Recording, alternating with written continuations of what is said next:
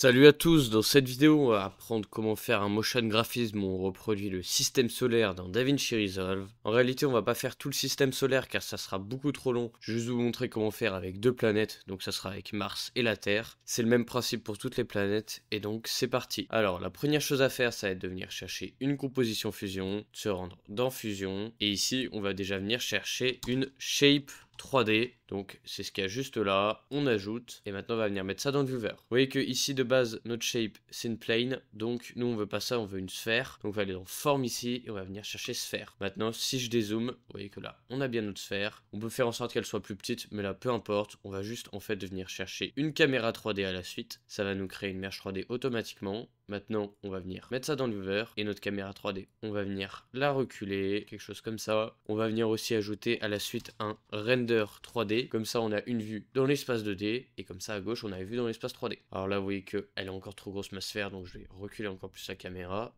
Et donc là, on est parfait. Maintenant, une fois qu'on a notre sphère, on va devoir faire en sorte qu'elle ressemble soit à la Terre, soit à Mars. Là, on va commencer par Mars. Donc pour faire ça, en fait, il va falloir aller sur Internet et taper texture Mars. Et ensuite, vous trouverez plein de formats. Typiquement, moi, j'ai trouvé quelque chose comme ça. Vous voyez que c'est plutôt réaliste. Plus la résolution est grande, mieux c'est. Parce que vu que c'est en forme de sphère, ça va devoir s'étirer et ça va être moins beau si c'est une petite résolution. Donc essayez de prendre une grande résolution. Et une fois que vous avez ça, vous allez prendre votre texture et vous allez l'ajouter à la shape 3D. Quand vous faites ça, vous voyez que ici, ça s'est bien ajouté. Et si je viens dans ma shape et que je tourne, vous voyez que ça s'est bien ajouté tout autour. C'est pas que la face avant, c'est vraiment l'ensemble qui a été ajouté. Donc une fois qu'on a ça, on peut améliorer tout ça en chercher un spotlight, donc on ajoute, on vient connecter ça à la merge, on met ça dans le viewer 3D, et le spotlight, on va venir le reculer, donc quelque chose comme ça. Maintenant, il n'y a rien qui se passe, c'est normal parce qu'il faut venir activer l'éclairage. L'éclairage, il n'est pas activé automatiquement en 3D, et donc pour faire ça, on vient dans le render, et on va faire éclairage. Là, vous voyez que l'éclairage est activé, mais le problème, c'est que ça fait un rendu assez bizarre. Déjà, il faut venir reculer la lumière, et ensuite, dans Shape ici, il faut aller dans ce panneau, alpha, et aller dans spéculaire, et mettre intensité 0. Maintenant, dans le spotlight, on peut venir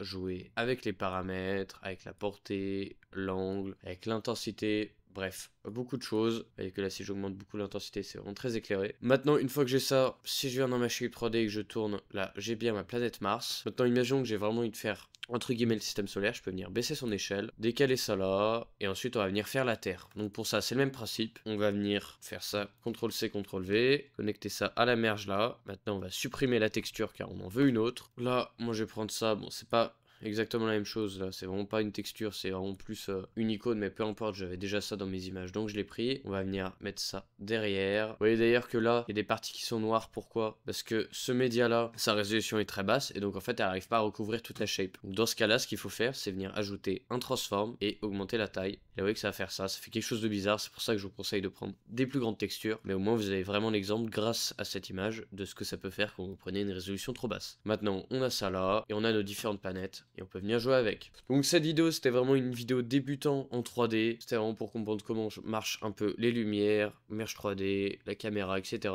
Mais si vous voulez aller plus loin dans DaVinci Resolve, le meilleur moyen c'est de rejoindre le serveur Discord qui se trouve dans la description de la vidéo. Dans le serveur Discord, je donne plusieurs cours par semaine, que ce soit des niveaux très débutants mais aussi des niveaux très avancés, il y en a pour tout le monde. Actuellement le prix est à 50 € pour l'accès complet au Discord ou 30 € pour avoir uniquement accès aux masterclass. Donc si vous êtes intéressé, il y a le lien dans la description. Et sinon, à bientôt.